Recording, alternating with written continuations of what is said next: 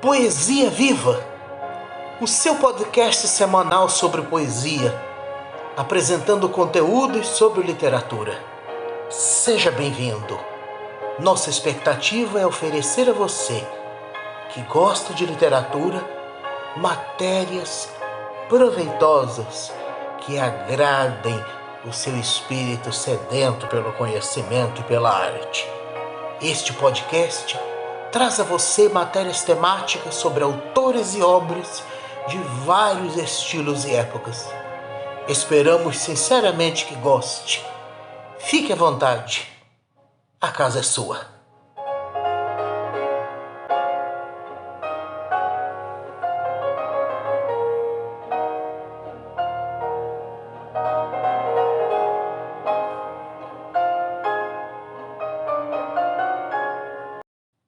Iniciamos este podcast de hoje, 31 de agosto de 2024, lembrando o famoso texto do saudoso professor e crítico literário brasileiro Antônio Cândido de Melo e Souza, o seu clássico O Direito à Literatura. Em certa altura, ele nos diz: chamarei de literatura, da maneira mais ampla possível, todas as criações de toque poético, ficcional ou dramático, em todos os níveis de uma sociedade, em todos os tipos de cultura, desde o que chamamos folclore, lenda, xiste, até as formas mais complexas e difíceis da produção escrita das grandes civilizações. Vista deste modo, a literatura aparece claramente como manifestação universal de todos os homens e em todos os tempos. Não há povo e não há homem que possa viver sem ela, isto é, sem a possibilidade de entrar em contato com alguma espécie de fabulação. Assim como todos sonham todas as noites, ninguém é capaz de passar as 24 horas do dia sem alguns momentos de entrega ao universo fabulado. O sonho assegura durante o sono a presença indispensável deste universo, independentemente da nossa vontade.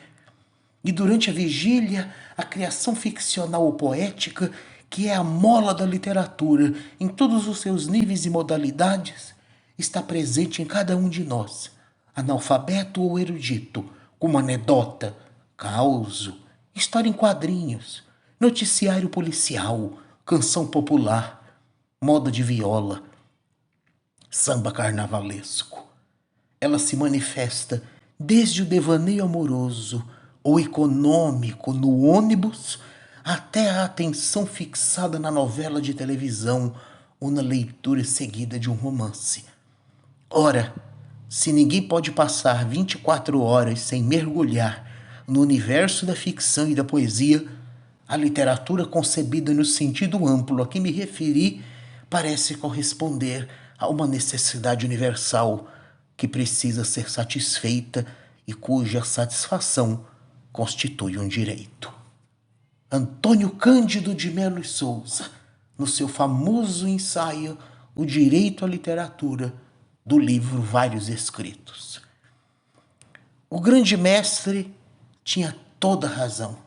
A literatura é uma necessidade humana.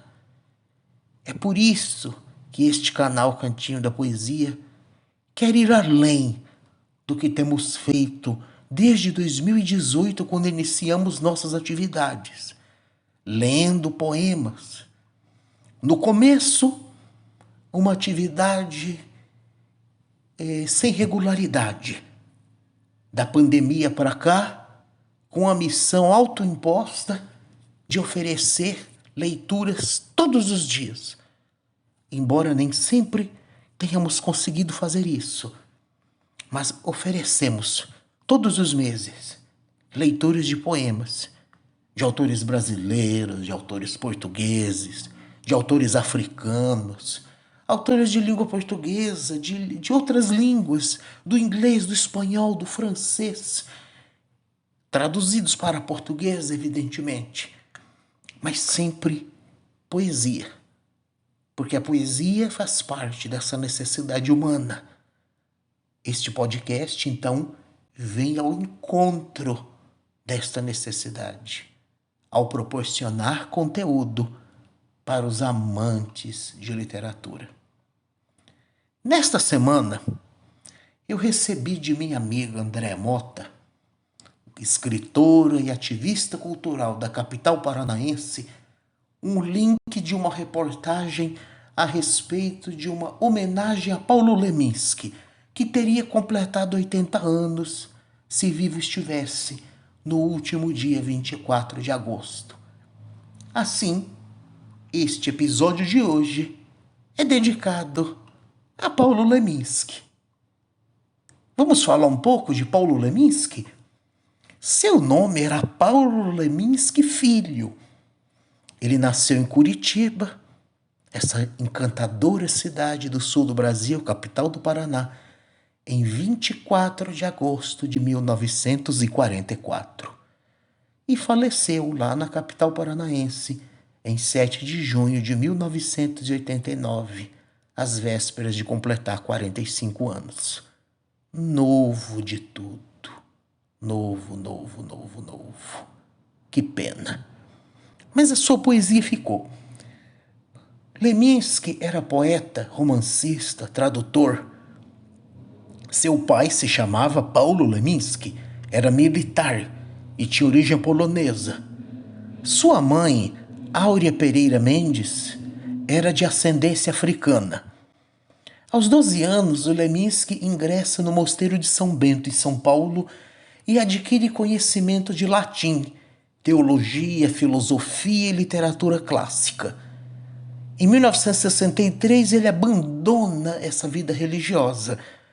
Vai a Belo Horizonte, participa de um grande evento, a Semana Nacional de Poesia de Vanguarda, e lá ele conhece os grandes nomes da poesia concretista, os irmãos Campos, Augusto e Haroldo e Décio Pinhatari, criadores desse movimento da poesia concreta.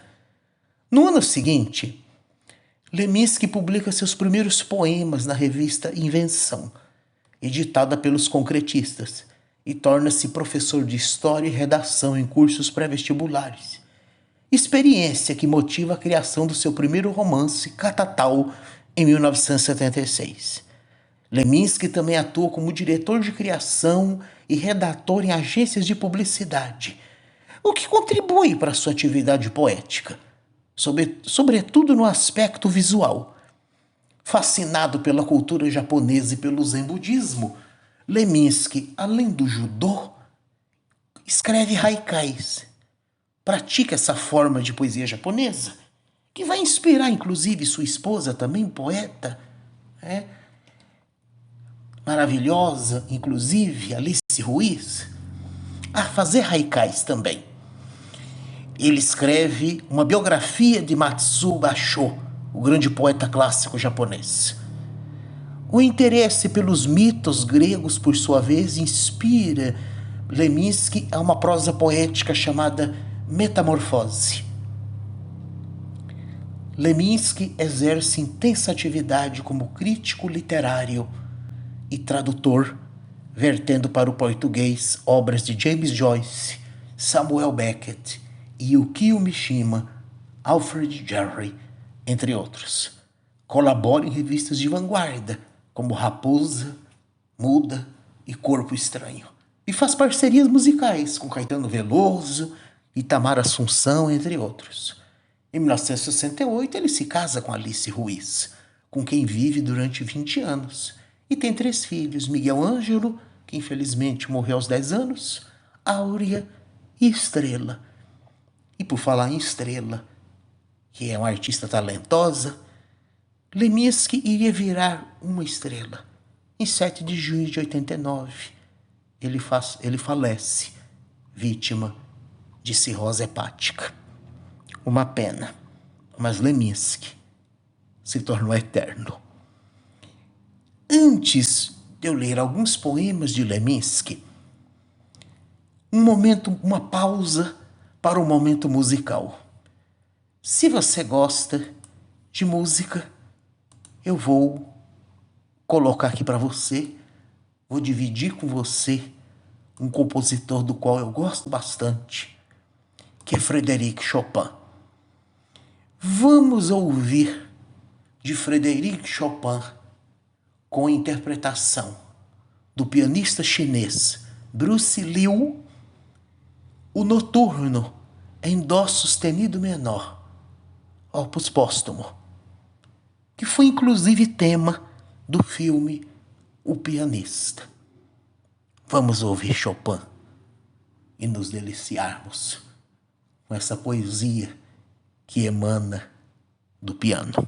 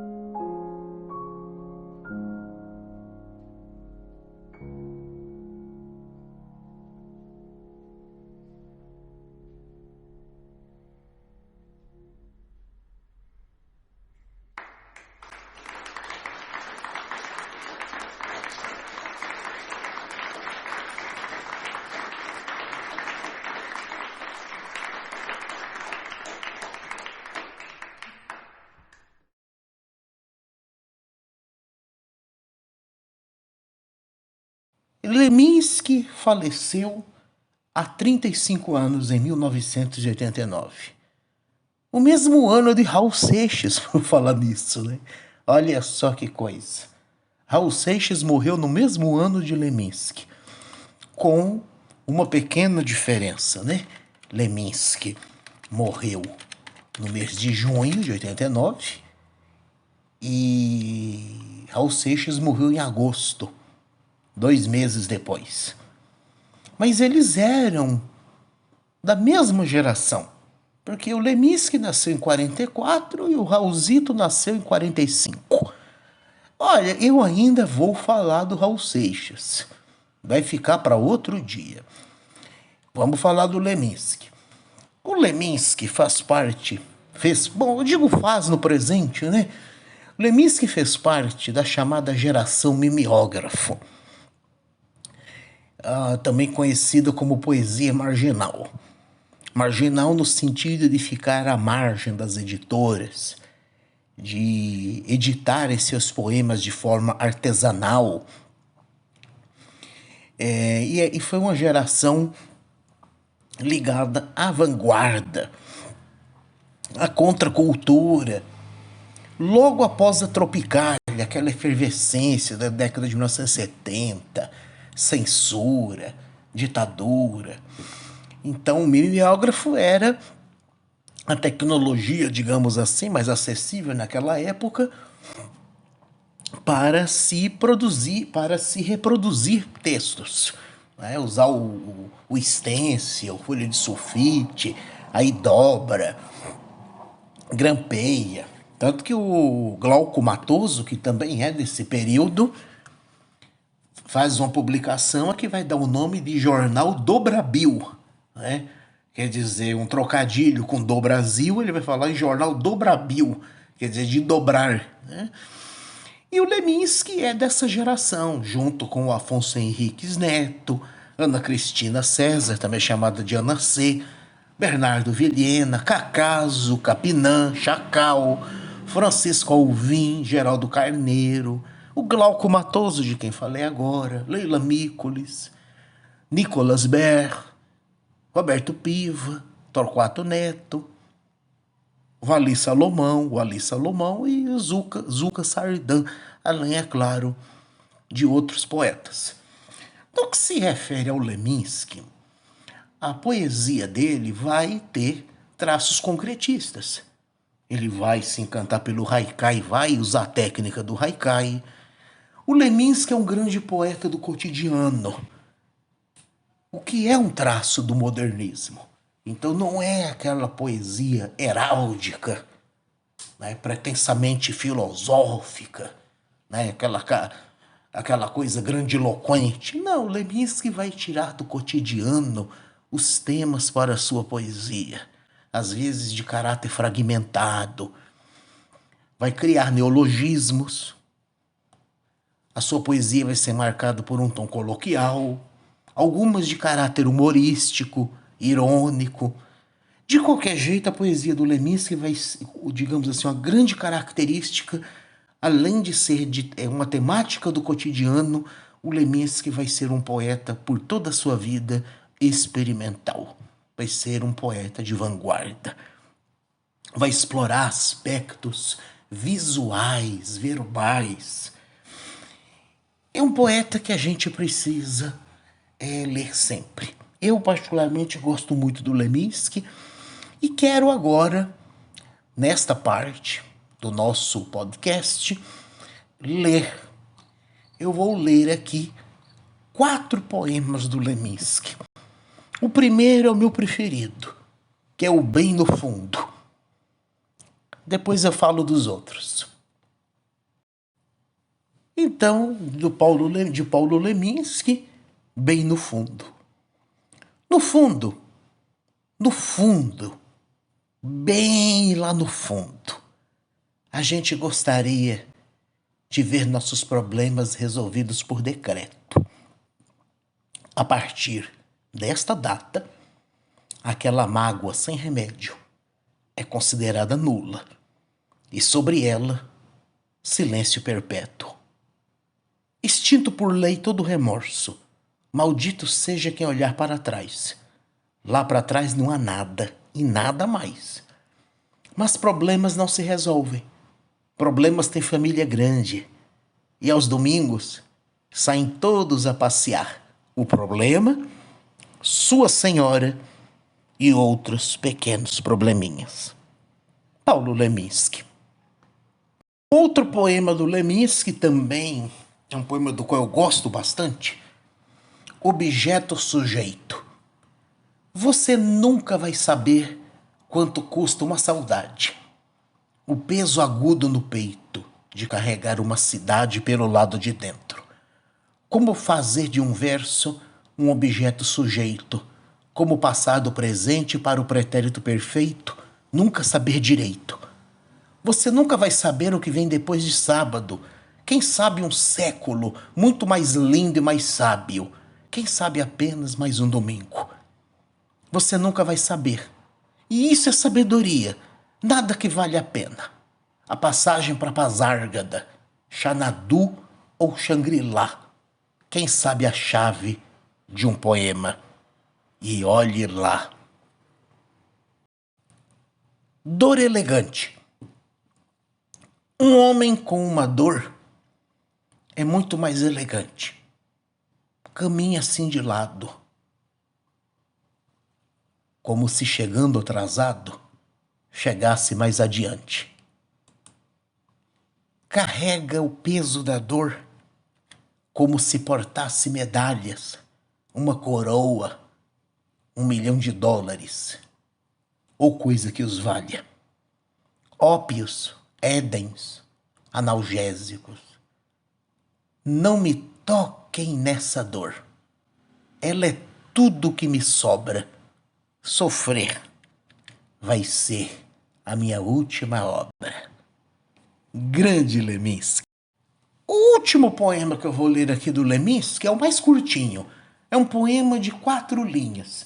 É um dos mais conhecidos. Inclusive, ler perde muito da sua essência, porque ele é um poema feito para ser visto. Não discuto. Não discuto com o destino. O que pintar, eu assino.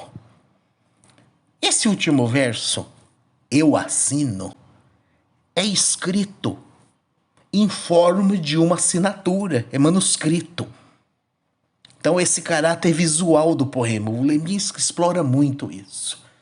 Leminski, um grande poeta, como eu disse, um dos maiores poetas brasileiros do século XX, vale muito a pena a gente conhecer a obra do Leminski.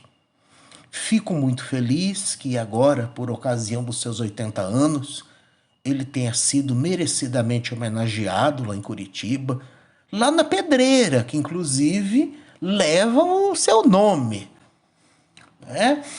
Que a sua família tenha participado dessas homenagens, tenha sido chamada a participar, tenha sido uma coisa oficial, né? Eu fico muito contente. E como eu disse, eu gosto muito da obra do Leminski.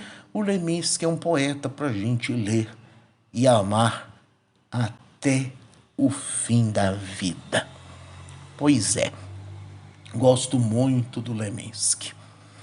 E nosso podcast de hoje está quase chegando ao fim. Eu disse para você que eu não disse para você que o nosso podcast ia ser demorado. A minha expectativa não é apresentar a você que me escuta uma aula de literatura. Eu sou professor de fato, né? Alguns me conhecem, sabem um pouco de mim. Eu sou professor do curso de letras, dos cursos de letras, aliás, eu atuo em 3 licenciaturas, na Universidade Federal do Acre, na cidade de Cruzeiro do Sul.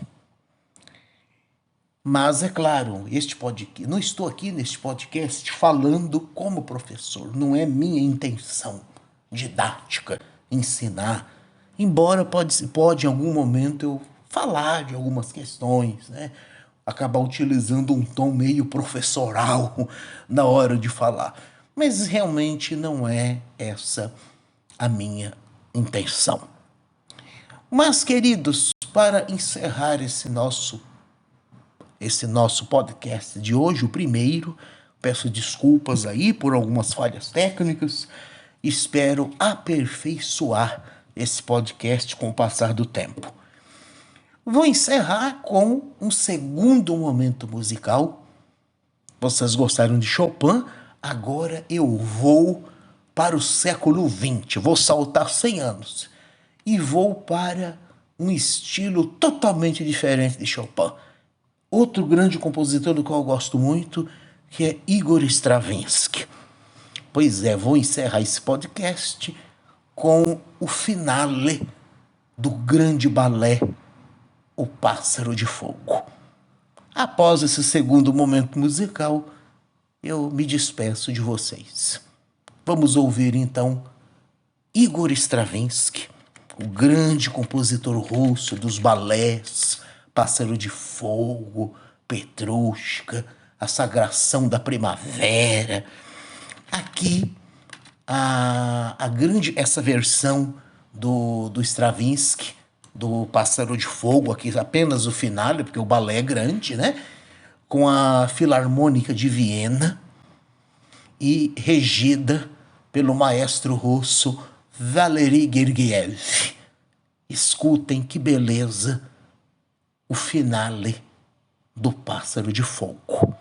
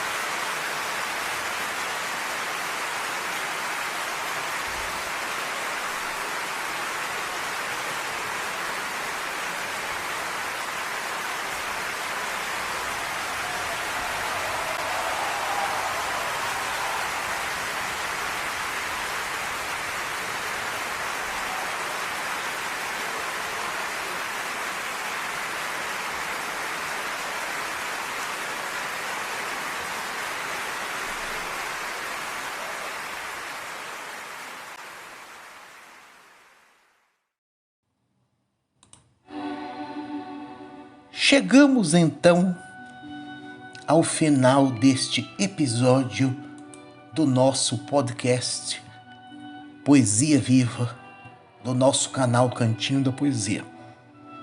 Eu sou Pedro Melo, agradeço muito de coração você que se dispôs a ouvir este conteúdo, espero que tenha gostado. Se você já for inscrito se você ainda não se inscreveu em nosso canal, inscreva-se. Se já está inscrito, continue ouvindo os nossos conteúdos. Se você não se inscreveu, inscreva-se e passe a ouvir os nossos conteúdos. Deixe seu like aí, o seu joinha, né? Aquele sinalzinho com o polegar para cima de que você gostou. Comente. Compartilhe com seus amigos. Vamos espalhar poesia pelo mundo.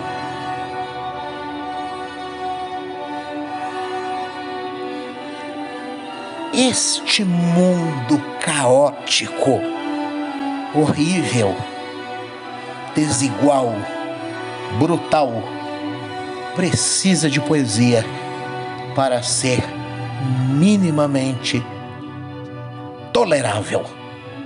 Obrigado.